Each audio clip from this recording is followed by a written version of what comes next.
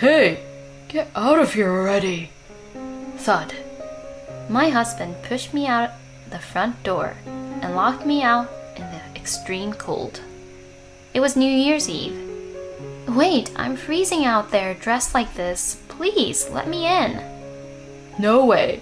It's a punishment for not following my orders immediately. Shiver there for the rest of your life. Ha ha ha. I bit my lip at the sound of my husband laughing through the door and hugged my own shoulders. I was sweating profusely from the last-minute cleaning, and my t-shirt was completely soaked through as I began to walk outside. After reaching out to my parents for help, I finally arrived at my childhood home and noticed my father's bright smile, which made me tilt my head in confusion. I know you just got here and you're probably tired, but could you take a look on the balcony for a minute? You're going to see some interesting stuff. I peeked at the window in horror, wondering what was going on. What? My husband was locked out half naked on the balcony and was starting to turn blue. I couldn't believe what was happening. My name is Nova, and I'm just an average housewife. Edgar and I have been married for 10 years without even realizing it. We have a daughter named Holly who will turn 8 this year. And although we're not wealthy, we're not struggling financially either. Every day our child is healthy and shares their daily experiences with us, laughing and smiling. Living a stable life allowed me to appreciate the happiness in such simple and uneventful days. However, this doesn't mean that life is always free of unpleasant events. I have one depressing day a year. That is a total of 4 days from New Year's Eve to January 3rd. For the first 10 years of our marriage, my husband and I would go back to my in-laws' house every New Year's Eve morning, where I would prepare the New Year's meals with my mother-in-law. And in the evening, I would also prepare dinner and such. Up until that point, it was still okay. Many housewives like me still do these kind of things. However, the problem starts after New Year's. My husband's relatives would gather in his parents' house, and I would have to act like a servant and entertain them. I pour drinks for my relatives who do nothing but engage in trivial conversations or watch TV, prepare snacks, and then wash the leftover dishes. It's no exaggeration to say that this is just a repeated cycle. The only time my mind can be at ease is when I go shopping for ingredients. If I had to choose between entertaining relatives and waiting in a long line at the supermarket, I'd rather do the latter. However, I should mention that my in-laws are not bad people, and my mother-in-law doesn't believe me for no reason.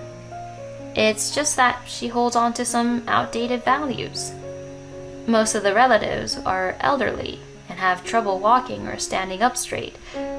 With the idea that a daughter-in-law is there to take care of the housework and housekeeping, my mother-in-law expects me to work more than anyone else. For their part, the relatives sometimes give Holly, my daughter, an allowance. Maybe it's understandable if you think about it, but I also think every year that I want to relax during the New Year's holiday. That melancholy starts to attack me in the first half of December. I received a call from my mother. Apparently, my father said he wants to spend the New Year's holiday with Holly for the first time in a while. We usually just stop by to say New Year's greetings on our way back from my in-laws' house, so it's been quite a while since we spent the holiday together. I go to visit during Holly's summer vacation for about a week, so it's not like I never see them, but I understand their desire to spend New Year's with their granddaughter.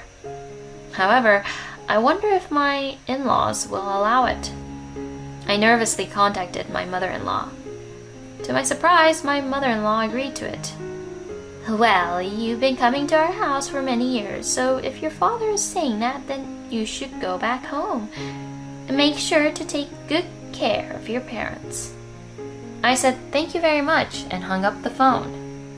I couldn't help but wonder why I needed my mother-in-law's permission to go back to my own home, but there was no point in thinking about it now.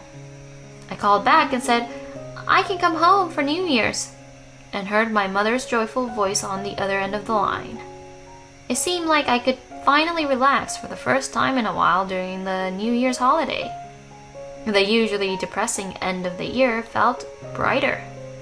When Edgar came home from work, I told him about what happened today. Oh, really? That's great news. You're always dealing with your relatives, right? Forget about them all this year and just take a good rest. As Edgar said that, he gave me words of encouragement. Okay, let's do that, I replied. Then I asked, hasn't it been quite a while since you last saw my parents too? And then, unexpectedly, he replied with these words. I'm not going to your parents' house, Nova. Huh? I had thought that Edgar would come with me. However, upon reflection, I realized that while I was happy to be able to return to my own family, it was not necessarily the same for Edgar. Were you hoping to go to your parents' house as usual? If you really want to, we can spend New Year's separately. When I responded with disappointment, Edgar quickly replied, No, that's not it. No, I don't plan on going to your parents' house. I was just thinking of spending New Year's with my friends this year. A New Year with friends? You're kidding. Don't make such a boring joke.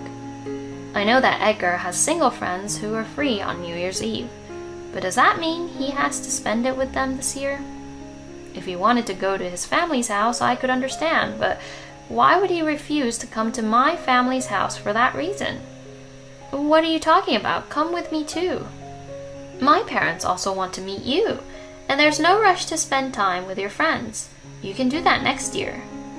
However, Edgar stubbornly refuses. Well, I don't know if we can gather with friends next year, and besides, I don't like your father, Nova. He's kind of muscular and intimidating for his age, and he seems like he would get angry no matter what, so he's scary. I didn't want to feel intimidated on such a celebratory day as New Year's. My father is a retired firefighter and still does daily muscle training. So I admit he has a more intimidating presence than an average adult male. But to not want to come because of fear of feeling intimidated on New Year's Day. I feel the same way. I don't want to feel intimidated either, but this is not something we've done every year. Do you realize how difficult it is to spend several days at my in-laws' place with no place to call our own, trying to be considerate of your parents and relatives? Do you understand how much of a challenge that has been for me? It's because you're a woman. There's nothing to be done about. Edgar raised his voice, exasperated by the argument.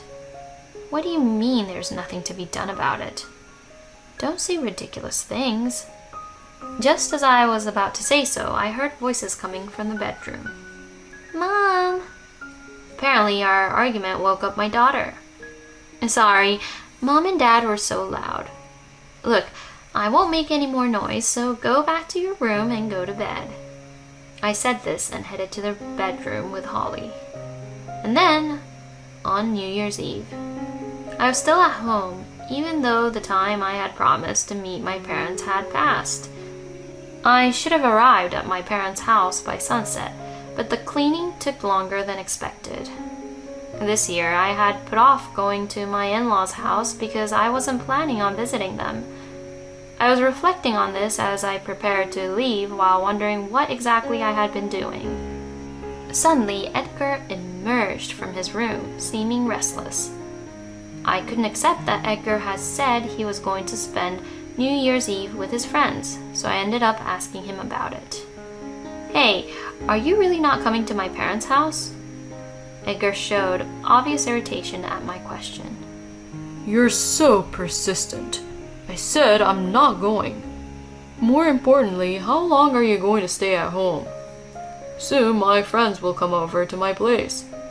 If you and Holly were there, it would be a burden for them. That's right. Edgar had decided to spend New Year's Eve with his friends at our house, which was the reason why I had to clean the living room extra thoroughly. This was one of the reasons why the cleanup took so long. Come to think of it, if Edgar had helped with the cleaning, we could have finished earlier. Instead, he only cleaned his own room and then just lazed around. I was quite irritated by Edgar's attitude, but I didn't want to worry our parents any further by going past our agreed time. I did not talk back to Edgar and quietly helped Holly get ready. Edgar then opened his mouth again. Hey, are you done with Holly's preparation? When I replied with yes, we finished, Edgar suddenly approached us. Then he forcefully handed me a coat, wallet, and the bag with clothes that were nearby. All right, now go ahead and hurry up. Then he pushed us out of the house. Wait a minute. Although Holly was ready, I wasn't quite done with my preparations. I had just finished sweating from cleaning and was only wearing underwear and a t-shirt on the upper half of my body, just in case I got dirty. I had planned on wearing a sweater or something warm since I had heard it was going to get cold tonight. Wait, Edgar, I'm not ready yet.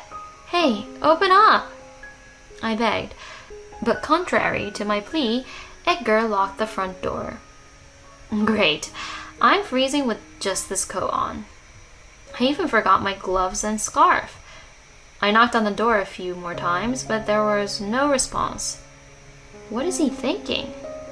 I considered staying outside until Edgar's friends arrived, but that wouldn't be fair to Holly. So we decided to head to my parents' house instead, walking to the nearest station and taking a train there. I knew that just wearing a shirt and coat wouldn't be enough to keep me warm, so we bought some warm drinks and hand warmers from a convenience store. That's when I realized I left my phone at home. Should I go back to get it? But I doubt Edgar will let me in the house. Besides, if I saw Edgar's face right now, I might punch him. Let's be positive here. Without my phone, I wouldn't have to talk to Edgar until January 3rd. Okay, let's relax with Mom during the New Year's holiday, I said to Holly, and she replied with a cheerful yeah that showed she wasn't bothered by the cold. I arrive at my parents' house and my mother greets me. Welcome back, my mother welcomed me with a smile, but then looked puzzled when she saw me. Why are you dressed so lightly? It's cold outside. And where is your father? Huh? What do you mean? As I listened to her, I learned that my father was worried when I didn't show up at that agreed time and drove to my house. Oh no, did we miss each other? My phone is at home, so I'll call my dad's cell phone using the landline here. Just as I thought that, the phone at my parents' house rang. I heard my mother pick up the phone and say, "Oh, it's your father. Nova just got home."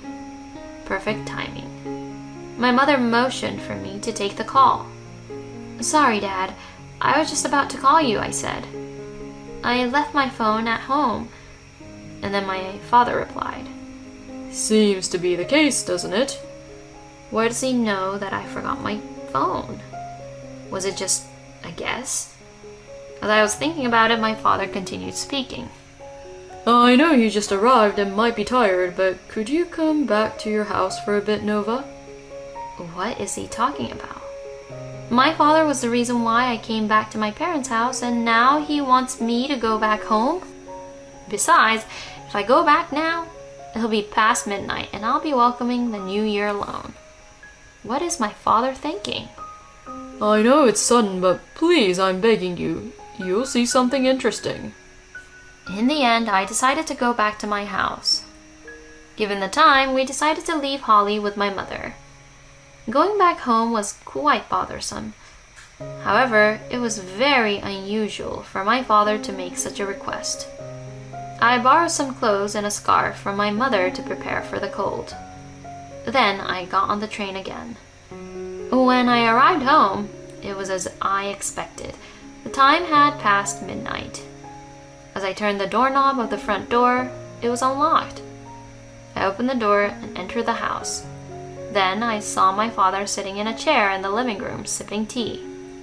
Wait, has my father shrunk a bit? Although he still had a good build compared to people of the same age, that's the impression I get. Oh, Nova, welcome back. Sorry for sending you around everywhere. Although my father apologized for that, that's not what's bothering me. What happened? Why are you inside? And where's Edgar? Today he's celebrating New Year's Eve with his friends here. As my father says that, I looked around and noticed clothes belonging to Edgar and a woman's clothes scattered on the floor. What's this? Let me take a look first. My father points towards the balcony. I approached there and opened the curtains. On the other side of the window, there were a half-naked man and two women shivering and turning pale from the cold. Of course, the man is Edgar. I felt like I had somehow come to terms with everything that had happened until today, but I realized that their lives could be in danger if they stayed outside like this. So I brought the three of them inside the house. Then I asked my father to explain everything to me again. According to my father, I didn't come back even though it was the promised time, so he became worried and came to pick me up. When he arrived, he tried calling my phone and heard it ringing inside the house. So he thought I was still inside and entered the house without ringing the intercom. Then he saw three half-naked people tangled up in the living room. After seeing Edgar's face, he understood everything, and in his anger, he threw them out onto the balcony and locked them out. I sighed deeply, feeling overwhelmed. Then one of the women spoke to me. Can we just go back to the shop for now? We haven't contacted the shop yet, so it might have become a big deal. When I asked what happened, the woman explained that they were sex workers who were sent to the house for work. They were caught up in the situation and didn't know what to do. I told them that Edgar was responsible for everything and asked them to explain to the manager when they returned to the shop. After that, there was a Q&A session with Edgar. Afterward, during the questioning of Edgar, I discovered that this wasn't his first time soliciting the services of a sex worker. In fact, he had been doing it regularly while I was away at my parents' house. He had also occasionally dipped into our living expenses. When I told him that I wouldn't be going to my in-laws' house this year, apparently he had planned to have a wild time with two sex workers. And according to my father, he forgot to lock the door in his excitement to welcome the sex workers inside. Don't be silly, what the hell were you thinking? Is that why you refused to show up at my parents' house? I can't see you as anything more than a piece of filth. I'm divorcing you. I expect to receive appropriate alimony for damages. Tears welled up as I spoke the words.